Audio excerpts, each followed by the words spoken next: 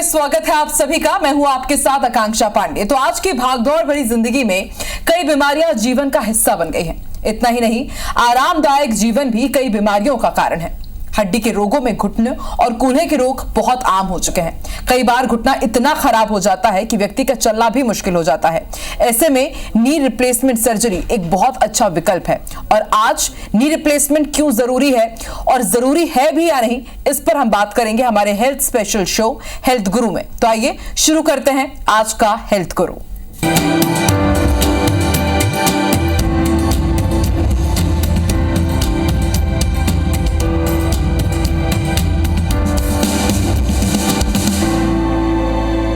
ज्यादा जानकारी के लिए हमारे साथ इस वक्त स्टूडियो में मौजूद हैं एलीट मेडिसिटी हॉस्पिटल बिलासपुर के senior joint replacement surgeon doctor Siddharth Kumar. Doctor Siddharth, बहुत बहुत स्वागत है आपका IBC 24 के स्पेशल हेल्थ प्रोग्राम हेल्थ गुरु में। नमस्कार डॉक्टर सिद्धार्थ, जैसे कि आज हम बात कर रहे हैं नी रिप्लेसमेंट के बारे में, और मुझे लगता है कि नी रिप्लेसमेंट के बारे में हम बात करें उससे पहले आर्थराइटिस के बारे में जानना बहुत ज्यादा जरूरी हो जाता है। तो आर्थराइटिस क्या है और कितने प्रकार का होता है, हमारे दर्शकों को जरा ये बताइए। देखिए, सवाल आपका बहुत इंपॉर्टेंट है। आर्थराइटिस मुख्यतः दो प्रकार के होते हैं। एक आर्थराइटिस जो मोस्ट कॉमनली आमतौर पे अपने को देखने को मिलता है वो है उम्र के साथ होने वाली आर्थराइटिस, जिसमें कि घुटनों की जो अंदरूनी परत होती है, जिसे हम अंग्रेजी भाषा में कार्टिलेज कहते हैं, वो उम्र के साथ साथ घिसने लगती है। जिस प्रकार हमारे बाल सफ़ेद होते हैं, हमारे आंखों में मोतियाबिंद आता है, उसी तरीके से घुटनों के अंदर की कार्टिलेज जो होती है वो कमज़ोर पड़ के घिस जाती है, जिसे हम उम्र के साथ होने वाली आर्थराइटिस बोलते हैं। ठीक उसी तरह एक दूसरी प्रकार की आर्थराइटिस होती है जिसे हम गठियावात कहते हैं। ये प्रायः कम उम्र के लोगों को ग्रसित करती है और इसमें केवल घुटने या कूल्हे ही नहीं, उसके साथ साथ शरीर के कई अन्य जोड़ जैसे हाथ की उंगलियां, कलाई, कोहनी, कंधा, उनमें भी उनके अंदर की भी जो कार्टिलेज होती है वो भी घिसने लगती है और उसे हम रूमेटॉइड आर्थराइटिस या उस प्रकार की अन्य गठियावात की बीमारियों से बुलाते हैं। तो मुख्यतः ये दो प्रकार के हैं। लेकिन डॉक्टर सिद्धार्थ, बहुत ही कॉमन दोनों के सिम्टम्स होते हैं, तो इसमें कैसे डिफरेंशिएट करें कि वाकई ये गठियावात है या फिर जो उम्र के साथ आर्थराइटिस हमें हो रहा है हम उससे पीड़ित हो गए, तो डिफरेंशिएट कैसे करेंगे? बहुत इंपॉर्टेंट क्वेश्चन है ये। दोनों के सिम्टम्स में कुछ फ़र्क रहता है। जैसे कि जो कम उम्र के गठियावात के पेशेंट्स होते हैं उनमें दर्द और सूजन के साथ ही साथ जोड़ों में जकड़न रहती है और साथ में कई बार उनके पास अन्य बीमारियों से भी ग्रसित रहते हैं, जैसे कि लिवर की या किडनी की प्रॉब्लम्स हैं। और इन्हें फर्दर प्रूफ करने के लिए, फर्दर कंफर्म करने के लिए हमें कुछ ब्लड टेस्ट की ज़रूरत पड़ती है और कुछ एक्सरे और कभी कभी MRI की ज़रूरत भी पड़ती है। तो इन सब के करने के बाद हम एक डिसीजन ले पाते हैं कि ये किस प्रकार की आर्थराइटिस है, क्या ये गठियावात है या उम्र के साथ होने वाली आर्थराइटिस है। डॉक्टर सिद्धार्थ, अमूमन हम देखते हैं कि जब हम बात करते हैं आर्थराइटिस की तो सबसे ज्यादा हमारे घुटनों का जिक्र होता है, क्योंकि बुजुर्ग काफी ज्यादा चिंतित रहते हैं कि कहीं उन्हें बाहर जाना है तो घुटनों में प्रॉब्लम है, आगे अब क्या किया जाए, बाहर नहीं जा पाते हैं, लाइफस्टाइल काफी चेंज हो जाती है उसके कारण, और ऐसे में सजेशन मिलता है कि आप नी रिप्लेसमेंट करा लीजिए। तो ये हम कैसे समझें कि अब वाकई वो वक्त आ चुका है जब हमें नी रिप्लेसमेंट की तरफ जाना पड़ेगा, और थोड़ा प्रोसेस भी आप बताइए कि कैसे नी रिप्लेसमेंट का प्रोसेस क्या होता है? ये बहुत इंपॉर्टेंट क्वेश्चन है। सबसे पहले अपन आते हैं इस बात पे कि हम कब डिसाइड करें कि हमें नी रिप्लेसमेंट सर्जरी की आवश्यकता है या नहीं है। इसके लिए मुख्यतः दो चीज़ों पे ध्यान देना है। सबसे पहला कि अगर आपकी उम्र 55 या 60 तक आ चुकी है और आपको अपनी डेली रूटीन एक्टिविटीज़ में तकलीफ होने लगी है, तकलीफ से मेरा मतलब है घुटनों के दर्द के कारण आपका उठना बैठना या चलना फिरना आपका कम हो गया है। जैसे आमतौर पर उस उम्र में अगर आप मार्केट जाने के बारे में सोच रहे हैं या किसी शादी को अटेंड करना चाह रहे हैं और वो आप अपनी घुटनों की प्रॉब्लम के कारण वो आप नहीं कर पा रहे हैं, और हम साथ ही साथ हम एक्सरे में ये देख रहे हैं कि घुटनों के में आर्थराइटिस एडवांस्ड हो चुका है, तो डेफिनेटली यहाँ पे नी रिप्लेसमेंट सर्जरी एक बहुत ही बढ़िया सर्जरी है जो कि आपको आपकी लाइफस्टाइल में वापस ला सकती है और आपको एक पेन फ्री लाइफ आगे के लिए, जीवन भर के लिए प्रदान कर सकती है। तो जब आपको अपनी जिंदगी में काफी ज्यादा दिक्कतें होने लगी घुटनों के कारण, आप कहीं आने जाने में भी सोचे, तो यानी कि तब वक्त आ चुका है। और जैसा कि हमें डॉक्टर सिद्धार्थ बता रहे हैं कि जब आप एक्सरेज करवाते हैं उसमें अगर आर्थराइटिस ज्यादा बढ़ चुका है तब आपको नी रिप्लेसमेंट की तरफ आगे बढ़ना होगा। डॉक्टर सिद्धार्थ, क्या प्रोसेस रहता है नी रिप्लेसमेंट की सर्जरी का? क्योंकि जैसे ही सर्जरी हम सुनते हैं तो काफी ज्यादा डर हमारे मन में आ जाता है कि अब क्या होगा, क्या आगे हमारी लाइफ उतनी बेहतर नहीं हो पाएगी? तो थोड़ा प्रोसेस बताइए, और क्या वाकई डरने की जरूरत है?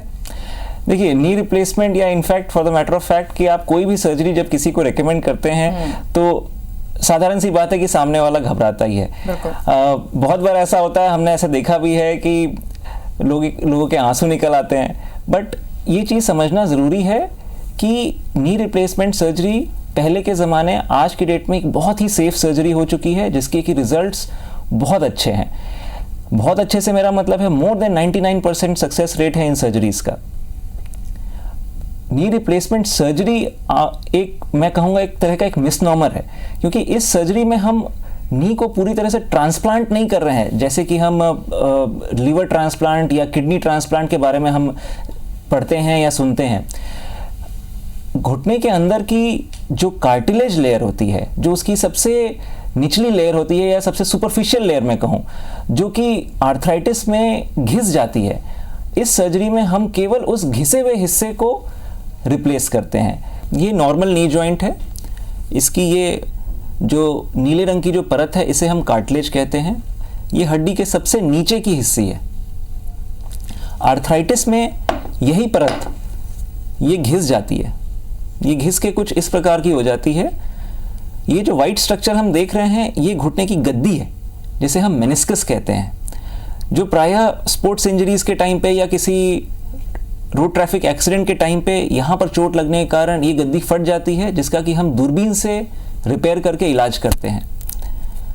और रही बात, अगर इस प्रकार का आर्थराइटिस अगर डेवलप हो गया है तो उसे हम इस तरह से रीसर्फेसिंग सर्जरी में करके हम उस डैमेज्ड कार्टिलेज को हटाकर उसमें इस प्रकार का एक, समझिए कि एक कैप की तरह लगा देते हैं, जिससे कि उसकी चिकनाहट वापस आ जाती है और सारा मूवमेंट स्मूथ हो जाता है, और जिससे कि दर्द चला जाता है और घुटनों का टेढ़ापन वापस से सीधा हो जाता है। कब आपको नी रिप्लेस करवाना है और डॉक्टर्स क्या सजेस्ट कर रहे हैं, क्योंकि उनको आपकी हालत ज्यादा अच्छे से पता होती है, तो आप उसके हिसाब से रिएक्ट कीजिए और जल्द से जल्द कोई बड़ा डिसीजन आप लीजिए।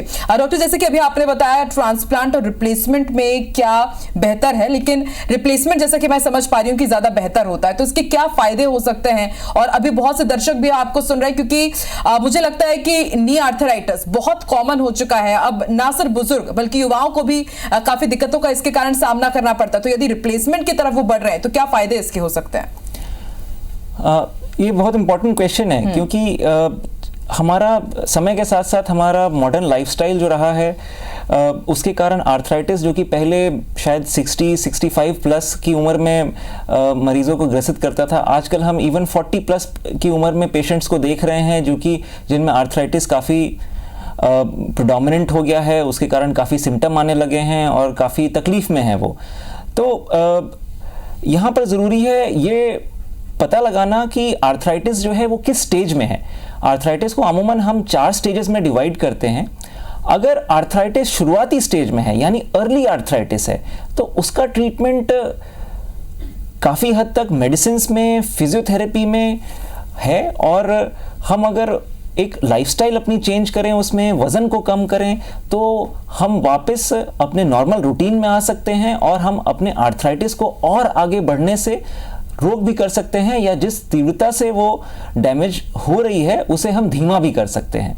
लेकिन अगर आर्थराइटिस हमारी एडवांस्ड हो चली है तो वहाँ पर हमारे पास ऑप्शंस काफ़ी लिमिटेड हो जाते हैं, और वहाँ पर अगर हम बात करें कि हमारे पास उसका परमानेंट सोल्यूशन क्या है, तो वो सिर्फ अपने को रिप्लेसमेंट सर्जरीज में ही मिलेगा, यानी रीसर्फेसिंग surgeries, total knee replacement surgeries में ही मिलेगा। डॉक्टर सिद्धार्थ के साथ लगातार हम चर्चा कर रहे हैं कि किस तरह से नी रिप्लेसमेंट सर्जरी की तरफ हमें आगे बढ़ना चाहिए, लेकिन इसको लेकर के कई तरह के मिथ भी हैं। डॉक्टर सिद्धार्थ, अक्सर ये भी देखा जाता है कि जैसे कि सर्जरी में आपने बताया कि लोगों के आंसू निकल आते हैं, उन्हें फिर लगता है कि शायद अब हम वैसी लाइफ नहीं जी पाएंगे जैसे हम पहले जी पा रहे थे, लेकिन आपने बताया कि रिप्लेसमेंट यदि हम कर रहे हैं तो और अच्छी लाइफ हम जी सकते हैं।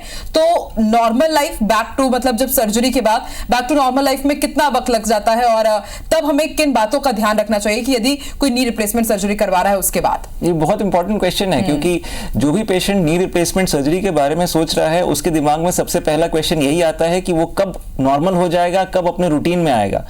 तो जिस टेक्निक से मैं सर्जरीज कर रहा हूं, हम उसमें बहुत मिनिमल बोन कट्स लेते हैं। ये एक तरह का रीसर्फेसिंग सर्जरी है। बहुत मिनिमल बोन कट्स हैं, बहुत मिनिमल बोन ब्लड लॉस है। हम अर्ली मोबिलाइजेशन में बिलीव करते हैं, यानी प्रायः मेरे पास अगर पेशेंट मॉर्निंग में एडमिट हो रहा है और मैं फर्स्ट हाफ में अगर सर्जरी कर रहा हूं, तो 3 to 4 आवर्स के बाद मेरा पेशेंट जो है वो एक मिनिमल सपोर्ट के साथ वापस खड़े हो सकता है और अपने ही बेड का एक चक्कर लगा सकता है, एंड इनफैक्ट तीसरे दिन हम उनको डिस्चार्ज भी कर देते हैं। By the end of 1 month, यानी महीने से 1.5 महीने के बाद वो अपने सारे रूटीन में आ जाता है, यानी घर के बाहर निकलने वाले काम जैसे मार्केट तक जाना, मंदिर तक जाना, वो सब भी कर पाता है। पेशेंट्स 3 से 4 हफ्ते में इतने कंफर्टेबल हो जाते हैं कि वो जाके किचन वगैरह में अपना काम स्टार्ट कर सकते हैं, कुकिंग वगैरह स्टार्ट कर लेते हैं। तो ये बहुत ही ड्रामेटिक रिजल्ट्स मिल सकते हैं इसमें, इसीलिए उनको हिम्मत दिखा के इसमें डेफिनेटली आगे बढ़ना चाहिए। डॉक्टर सिद्धार्थ, जैसा कि हम जानते हैं कि आप स्पोर्ट्स इंजरी सर्जन भी हैं, और अक्सर हम देखते हैं कि स्पोर्ट्स खेलते हुए घुटनों में काफी चोट आ जाती है और कई बार एक लंबा अरसा हो जाता है कि हमें स्पोर्ट्स से दूरी बनानी पड़ती है। और मुझे इसी से ख्याल है कि बैक टू नॉर्मल लाइफ में कैसे हम जाएं। यदि कोई जिम फ्रीक है, उसके अगर घुटनों में कुछ प्रॉब्लम है, तो अगर नी रिप्लेसमेंट वो करवा रहे हैं, तब वो जिमिंग, रनिंग, फिर वो बाकी ये सब चीजें कितने दिनों में वापस शुरू हो सकता है? देखिए, यहाँ 2 क्वेश्चंस हैं। अगर हम डील कर रहे हैं स्पोर्ट्स इंजरीज के बारे में, तो वहाँ पर हम बात कर रहे हैं लिगामेंट्स की इंजरीज जो होती हैं, जो घुटने के बीच की कार्टिलेज के अलावा एक मेनिस्कस भी एक स्ट्रक्चर होता है जो कि एक तरह से घुटने की गद्दी का काम करता है, घुटने के कुशन का काम करता है। ये दोनों ही स्ट्रक्चर्स, लिगामेंट्स और मेनिस्कस, ये अपने आप में बहुत ही इंपॉर्टेंस रखते हैं। ये घुटने को स्टेबिलिटी देते हैं, उसे कुशनिंग देते हैं। अगर किसी यंग एज में किसी स्पोर्ट्स पर्सन को या जिम करते टाइम अगर वहाँ की इंजरी हुई है, तो उनका अर्जेंट, मैं बोलूँगा जितना जल्दी हो सके उसको, उस इंजरी को रेक्टिफाई करना ज़रूरी है। वो हम प्रायः पेशेंट को एग्जामिन करके और एक एमआरआई जो टेस्ट होता है, एमआरआई जांच होती है, वो करके हम पता लगा सकते हैं कि इंजरी की सिवियरिटी क्या है। अगर वहाँ पर कोई लिगामेंट या कोई स्ट्रक्चर या कोई मेनिस्कस कोई अगर फट गया है, कोई टेयर है उसमें, तो उसे हम रिपेयर कर सकते हैं। उसे रिपेयर करके हम उस पेशेंट को हम एक वापस से एक नॉर्मल लाइफ दे सकते हैं, जिसमें कि वो अपनी जिमिंग, अपनी स्पोर्ट्स एक्टिविटी वापस से शुरू कर सके। तो इसके लिए लेकिन ज़रूरी है कि एक टाइमली डायग्नोसिस बहुत इंपॉर्टेंट है, क्योंकि अगर हम इसे इनिशियली अगर हम हमसे नेग्लेक्ट करके रखें, तो ये इंजरीज जो हैं बहुत ज़्यादा डिले होने के बाद हम उसे उस कदर रिपेयर नहीं कर पाते कि वो अपने इंजरी के प्री इंजरी लेवल में जा पाए, यानी इंजरी के पहले जैसा वो लाइफ जी रहा था उस लेवल में हम उसे ले पाएं। इसीलिए यहाँ पे इंपॉर्टेंट है कि एक डायग्नोसिस जल्दी होना चाहिए और उसका रेक्टिफिकेशन, उसका इलाज, उसका ट्रीटमेंट वो भी टाइमली होना चाहिए। रही बात नी रिप्लेसमेंट सर्जरी, वो उसके बाद हम पेशेंट्स को रिकमेंड करते हैं कि वो अपनी लाइफस्टाइल जो रूटीन एक्टिविटीज़ है वो तो करें ही, साथ ही साथ डेफिनेटली एक माइल्ड एक्सरसाइजेज में अपने आप को एंगेज करके रखें, जैसे कि ब्रिस्क वॉकिंग हो गई, टहलना हो गया, जिमिंग अगर करते हैं तो वहाँ पर साइकिलिंग करें वहाँ पर। ये सब बहुत इंपॉर्टेंट है, क्योंकि ये घुटनों की सारी मसल्स को बैलेंस प्रोवाइड करता है, उनकी स्ट्रेंथ मेंटेन करता है और इससे मोबिलिटी मेंटेन रहती है उनकी। ठीक है डॉक्टर, जैसे कि हमें बात ही कर रहे हैं अभी नी रिप्लेसमेंट की, तो किसी की सर्जरी हो जाती है तो फिर उसके बाद कौन से ऐसे प्रिकॉशंस है जो उन्हें लेना होगा और मतलब ध्यान देना होगा कि अब ये करना है और ये नहीं करना है, डूज एंड डोंट्स क्या होंगे? देखिए, सबसे पहला तो प्रिकॉशन जो होता है कि इनिशियल सर्जरी के इनिशियल 2 to 3 वीक्स, क्योंकि सर्जरी के बाद बैलेंस वापस से पेशेंट का डेवलप करना होता है, तो उसमें हमें फिजियोथेरेपी के सहारे लगभग 2-3 हफ्ते का समय लगता है। तो इट इज़ इम्पॉर्टेंट कि हम पेशेंट को किसी ऐसी जगह पे ना रखें जहाँ पर उसे के गिरने का डर हो। जैसे कि अगर पेशेंट का बेडरूम है तो वहाँ पर हम फ्लोर मैट्स, जो दरियाँ होती हैं, वो दरी वहाँ से नहीं रखें, वो वहाँ पर कोई पैर जिसमें फंसे वैसी कोई चीज़ ना रखें। पानी, एकदम गिरा हुआ पानी नहीं रहना चाहिए, वो ड्राई रहना चाहिए वो एरिया। तो सबसे बड़ा प्रिकॉशन तो यही रहता है कि उसे हम कोई भी ऐसा गिरने वाले इन्वायरमेंट में, वैसे इन्वायरमेंट में ना रखें। बाकी चीज़ें जैसे जैसे फिजियोथेरेपी प्रोग्रेस करता है, पेशेंट अपने रूटीन लाइफ में आ जाता है and then he can lead his further activities. और सर ये भी कि हम जोड़ों के दर्द को बहुत कॉमन लेते हैं, जैसे कि मान लीजिए मुझे कमर दर्द हो रहा है या मुझे घुटने में दर्द है, तो हम इसको चलता फिरता कर देते हैं कि ठीक है, कुछ हम खाएंगे पिएंगे या पेन किलर ले लेते हैं।